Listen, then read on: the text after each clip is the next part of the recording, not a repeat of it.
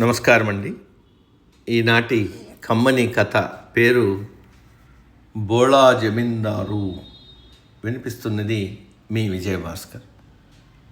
అనంతప్రభ అనే నగరంలో వర్ధనుడు అనే యువ జమీందారు ఉండేవాడు.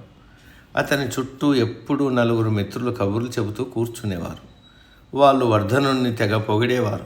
ప్రజలు సమస్యలతో వచ్చినప్పుడు అనుభవరహితుడైన వర్ధనుడు సరైన పరిష్కారం చూపకపోయినా అతని మిత్రులు మాత్రం ఆ తీర్పు సరైనదే అంటూ ఊదరగొట్టేవారు. ఒక పర్యాయం వర్ధనుడి చిన్ననాటి మిత్రుడు వివాహానికి ఆహ్వానించడానికి వచ్చాడు. తనతో పాటు బయలుదేరి రమ్మని కోరాడు. ప్రయాణం కోసం పెద్ద గుర్రబగ్గి కట్టించారు. అందరూ ఎక్కారు. మధ్యలో ఒక కరకట్ట మీద నుంచి వాగును దాటుతున్నారు. ఆ క్రమంలో బగ్గీ బురదలో కూరుకుపోయి తిరగబడింది. అందరి వస్త్రాలు పాడైపోయాయి. చేసేది లేక నడుస్తూ ఒడ్డు చేరుకున్నారు.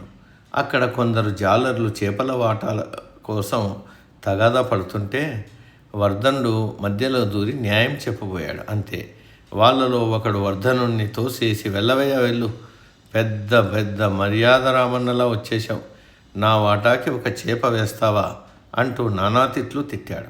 వర్ధనుడు చిన్నబోయాడు. అతని నేస్తాలు వెనకాలే కిసుక్కున నవ్వుకున్నారు. వెంటనే అతని బాల్యమిత్రుడు భుజం తడుతూ, మిత్రమా, మీ నగరంలో అధికారం మీది కావడం వల్ల ఎలాంటి తీర్పిచ్చినా చెల్లింది. దానికి మిత్రులు వంతపాడటంతో నీవు కొన్నిసార్లు విషయం అవగాహన కాలేదు కూడా. ఇప్పుడు ఇక్కడ నీకే అధికారం లేదు. నీ రూపం బురదంటుకుని విలువ కోల్పోయింది కదా. అందుకే నిన్ను ఎవరూ పట్టించుకోవడం లేదు. ఇకనైనా విఘ్నత ప్రదర్శించి మెప్పు పొందు అన్నాడు. వర్ధనుడు అతనికి కృతజ్ఞతలు చెప్పి తనతో నిజాయితీగా ఉండమని తన నేస్తాలను మందలించాడు. వాళ్ళు కూడా తప్పు తెలుసుకుని క్షమించమని కోరగా మన్నించాడు. అదే కదా నిజమైన స్నేహం.